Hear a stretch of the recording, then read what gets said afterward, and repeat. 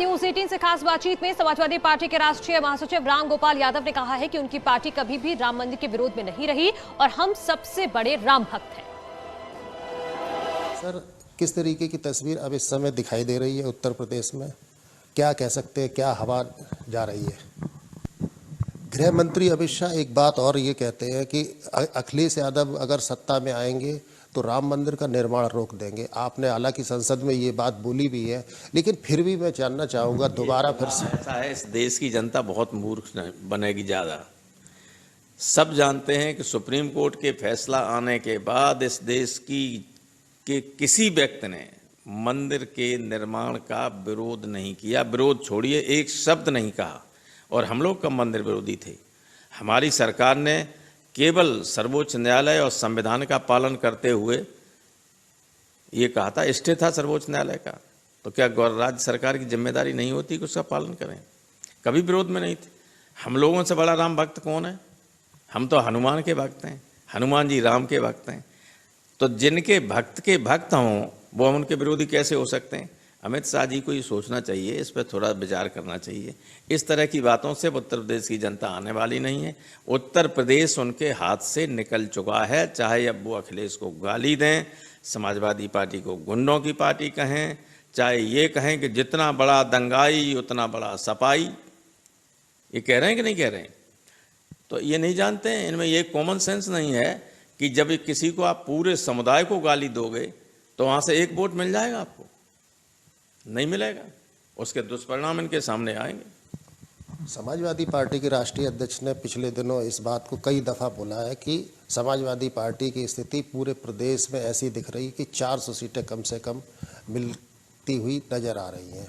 आप क्या मान रहे हैं? हमें भी ऐसा लगने लगा है जब मैं निकला हूँ। तो पहले मुझे नहीं ऐसा लगता था, लेकिन अब जो स्थिति बनती जा रही है वही, तभी तो मैंने कहा कि 77 जैसी स्थिति बनती जा रही। कौन जानता था कि इंदिरा जी चुनाव हार जाएंगी राजनाथ जी से?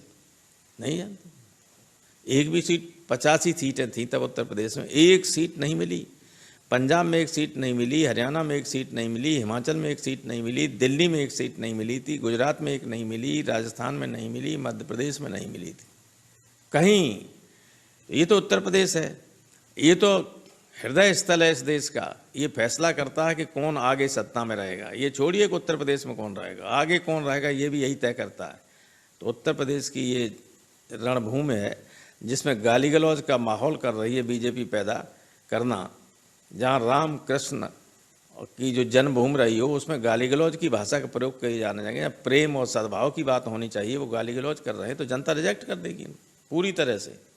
ये संभव है। ये हमें लग रहा है कि बीजेपी का सूपड़ा साफ हो जाएगा और गठबंधन, समाजवादी पार्टी के सहयोगी दलों का गठबंधन उत्तर प्रदेश में क्लीन स्वीप करने जा रहा है। यही स्थिति बनती जा रही है। इनकी निराशा झलकती है इनके बयानों में, ये महसूस कर रहे हैं। इनका इंटरनल सर्वे रोज कहता है कि तुम्हारे 2%, 3% वोट हो जाते हो। जिस दिन बाबा गाली देता है उस दिन 3-4% और घट जाते हैं। ये जीरो पे चले जाएंगे। ऐसा देखा गया है कि जो इत्र लोगों को सुगंधित करता है, खुशबू बिखेरता है, उसको भारतीय जनता पार्टी वाले जो कहते हैं कि वो बदबू का इत्र है। इन्होंने पूरे हिंदुस्तान में जो कन्नौज को बदनाम करने की कोशिश की है, उसका केवल कन्नौज के लोगों ने नहीं बल्कि पूरे उत्तर प्रदेश के लोगों ने अपमान माना है। जनता ने कि ये सारे यूपी को अपमानित कर रहे हैं कि ये इत्र बदबू दे रहा था। और सारी दुनिया जानती है, जान गई अब कि सब इन्हीं का करा धरा था, इन्हीं का पैसा था, इन्हीं के यहाँ चला गया।